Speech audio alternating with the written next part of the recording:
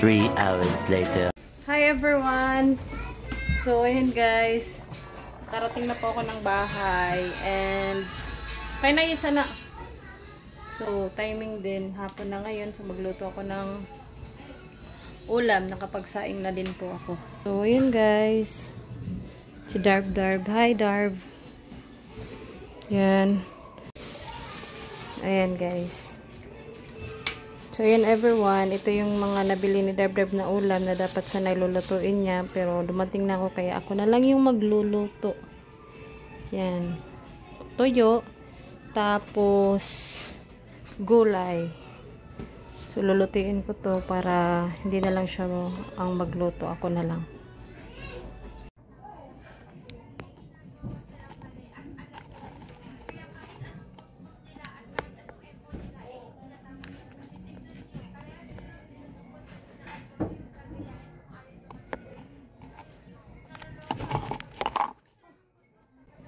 Maumot lagi. Everyone, mag-start na akong mag-isa.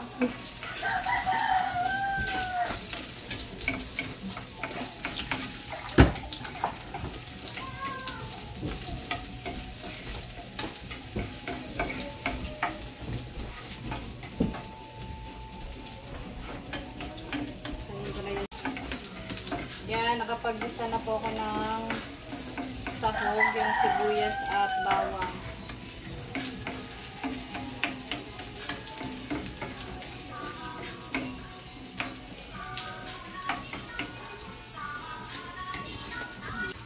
Yung sinaing ko guys. Lata. Na-miss ko si yung ano ba. Ito naman yung sahog ko, chorizo.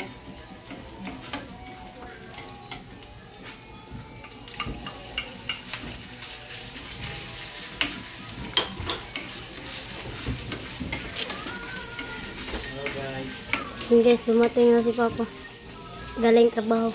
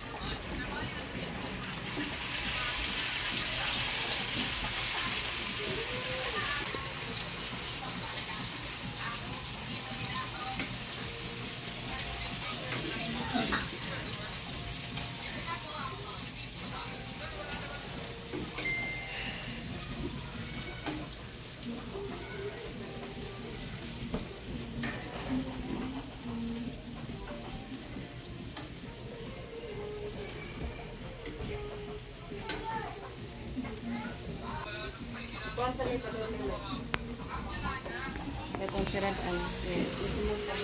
Ayan everyone, luto na yung ginisang gulay na nilagyan ko ng chorizo. Everyone, so ayan, nakaligo na din after 2 days. So biyahe ng 2 days. Tapos na-hold pa kami, gaya ng sabi ko sa last vlog ko na na-stranded. Yun nga kasi nakabangga yung bus na nasakyan namin bandang Albay. So buti na lang wala namang naano sa mga nabangga ng bus kasi kasalanan din naman yun ng motor. Although kasalanan ng bumangga sa amin, may ano pa din daw nabayaran yung bus kasi nasira yung motor na nakabanggaan. So buti na lang walang masyadong damage yung mga tao na sakay ng motor. And yun, na-hold lang kami mga isang gabi. Kasi dumating kami ng Albay sa dapat mga around 12 midnight. And then nakapagbiyahe kami ulit mga around 10 AM na. So ayun, and then nag-cutting trip pa ako doon banda sa Leyte kasi hindi dumiretso yung sinakyan ko, is pang Leyte lang.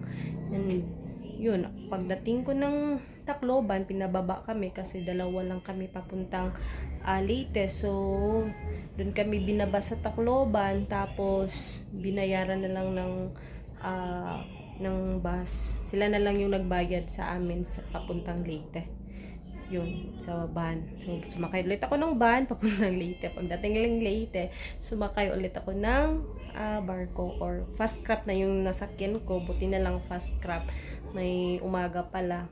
So, ayun guys, nakauwi na ako and nandito na ako sa bahay. Gaya ng nakita niyo kagabi na nakapagluto na po ako ng hapunan kasama yung aking mga junakis.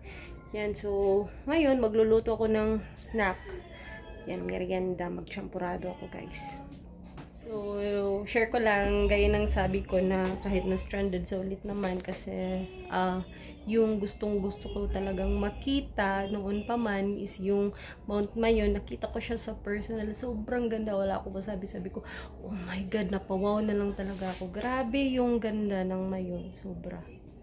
Yan, magluto na ako ng champurado. Ayan guys. Maglalagay na po ako ng kokwa.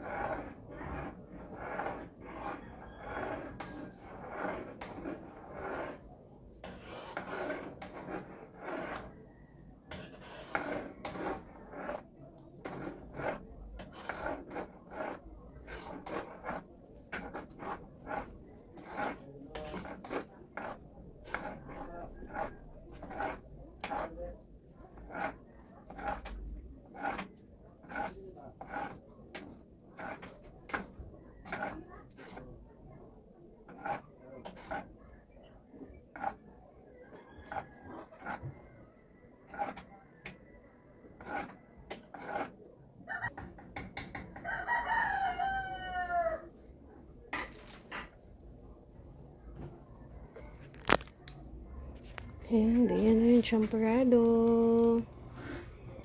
Waiting na lang ako sa mga aking mga kiddos para kami kakain. Tapos na po ako magluto ng champurado at aantayin ko na lang yung aking mga kiddos para sabay-sabay kaming kakain ng champurado. And again, everyone, daghan kayong salamat. And dito ko na lang tatapusin yung video na to.